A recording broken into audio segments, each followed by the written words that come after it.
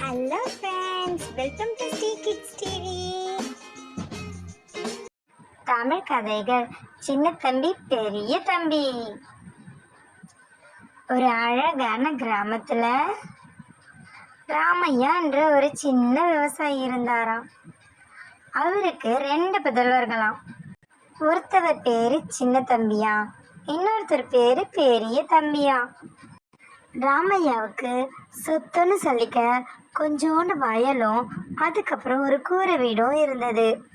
ராமையாவோட பெரிய பையன் பேரோ பெரிய தம்பி. அவரோட ஆசைகளும் ரொம்ப பெரியதாகவே இருக்கும். அவரோட சின்ன பையன் பேரு சின்ன தம்பி. அவருக்கும் எந்த ஆசையும் இல்லாமல் தன் தந்தைக்காகவே வாழ்ந்துட்டு இருந்தாராம். ராமையாவோட 2 பசங்களுமே திறமைசாலிகள் தான். அது மட்டும் இல்லாம 2 பேருமே தந்தை சொல் மிக்க மந்திரம் இல்லை அப்படின்னு வாழ்றவங்களாம். ராமையா காலையிலே எழுந்து பிள்ளைகளோட வயலுக்கு போய் வயல் வேலைகளை முடிச்சு விட்டு வருவாராம். வீட்டுக்கு வந்து ஓய்வெடுக்கும் பொழுது சின்ன தம்பியும் பெரிய தம்பியும் வீட்டு வேலைகளை செய்வாங்களாம். வெளியில உட்காந்து ஓய்வெடுத்துட்டு இருந்த ராமையா நினைச்சாராம், தான் பிள்ளைங்களுக்கு கல்யாண வயசு வந்துருச்சு, சரி நல்ல பொண்ணுங்களா பார்த்து கல்யாணம் பண்ணி வைக்கணும்னு தரகர்கிட்ட சொல்லி அனுப்புனாராம். தரகரும் ராமையா பசங்களோட குணத்துக்கு ஏற்ற மாதிரி 2 பிள்ளைங்களோட ஜாதகத்தை கொடுத்தாராம். ராமையா முடிவை பிள்ளைங்களே எடுக்கட்டும்னு சொல்லிட்டு அவங்க பிள்ளைங்களை கூப்பிட்டாராம்.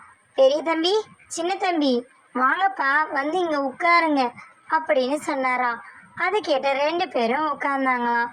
அப்புறம் ராமையா பேச ஆரம்பிச்சாராம். பசங்களா, உங்களுக்கு கல்யாண வயசு வந்துருச்சு, அதனால திருமணத்துக்கு 2 பெண்ணு பார்த்துருக்கேன். ஒரு பெண் பணக்கார வீட்டு பெண், குணமானவள் தான். இன்னொரு பெண் ஏழை வீட்டு பெண்ணா இருந்தாலும் நல்ல குணமான பெண் அப்படின்னு சொன்னாராம். அதை கேட்ட பெரிய தம்பியோ, அப்பா நான் பணக்கார வீட்டு பொண்ணையே கல்யாணம் பண்ணிக்கிறேன் அப்படின்னு சொன்னாராம். அதை கேட்ட ராமையா சின்ன தம்பியுடன் கருத்து கேட்டாராம். அதற்கு சின்ன தம்பியோ, அப்பா அண்ணன் அவன் இஷ்டத்துக்கே கல்யாணம் பண்ணிக்கிட்டோம், நான் ஏழை வீட்டு பெண்ணையே கல்யாணம் பண்ணிக்கிறேன் அப்படின்னு சொன்னாராம். அதை தடுத்து பெரிய தம்பி பேசினாராம். அப்பா பாத்தீங்களா, அவனுக்கும் பிடிச்சிருக்கு, அதனால நீங்க சீக்கிரமா பேசி முடிச்சிருங்க அப்படின்னு சொன்னாராம்.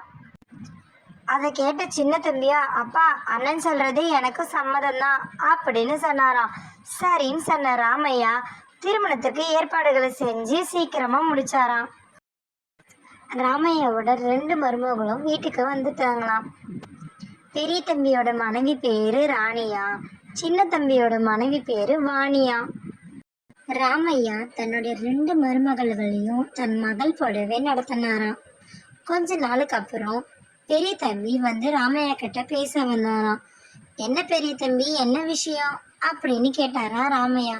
அதை கேட்ட பெரிய தம்பியோ, அப்பா நான் என் மனைவி வீட்டுக்கு போறேன் அப்படின்னு சொன்னாராம்.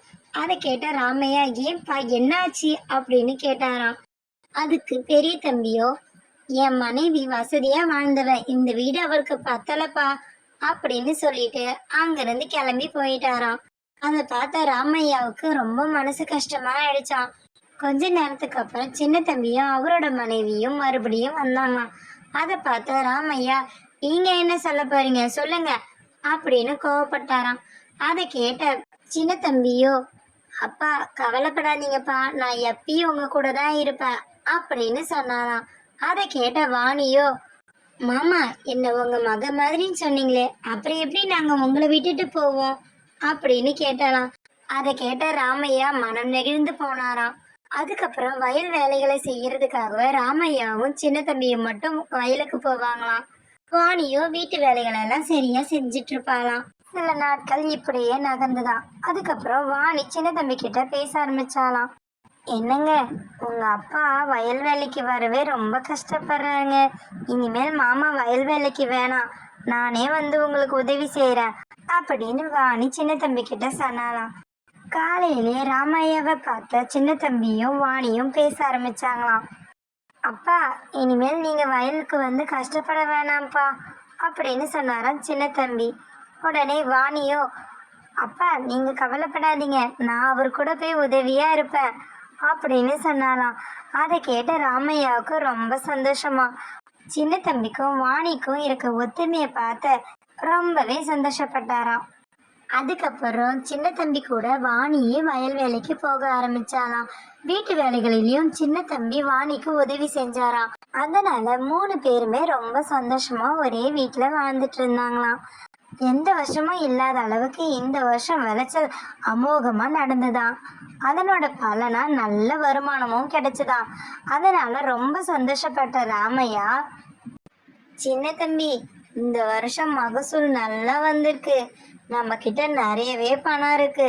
இத வச்சு நான் ஒரு புது வீடு உங்களுக்கு வாங்கி தரலாம்னு ஆசைப்படுறேன் அப்படின்னு சொன்னாராம். அதை கேட்ட சின்ன தம்பியா, அப்பா, நமக்கு இருக்கிற வீடே போதுமானதா இருக்கே, அப்புறம் எதுக்குப்பா அப்படின்னு சொன்னாராம். அதுக்கு ராமையாவோ, இருக்கட்டும்பா, இன்னொரு வீடு வசதியா இருந்தா நமக்கு தானே நல்லது அப்படின்னு சொல்லிட்டு ஊர்லயே ஒரு பெரிய வீட்டை பார்த்து வாங்கினாராம். மிச்சம் இருக்கிற காசுல ஊருக்கு ஒதுக்குப்புறமா இருக்கிற ஒரு தரிசு நிலத்தை வாங்கலாமான்னு கேட்டாரா ராமையா சின்ன தம்பி கிட்ட. சின்ன தம்பிய தரிசு நிலத்தை பார்த்துட்டு, அப்பா, எதிர்காலத்துல எதனா பண்ணிக்கலாம், வாங்கி வைக்கலாம் அப்படின்னு சொல்லிட்டு மீதி இருக்கிற காசுலையும் தரிசு நிலத்தை வாங்கிட்டாங்களாம்.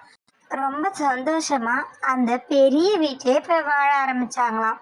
உள்ள வீட்டை 3 பேரும் சந்தோஷமா சுத்தி பார்த்து முடிச்சாங்களாம்.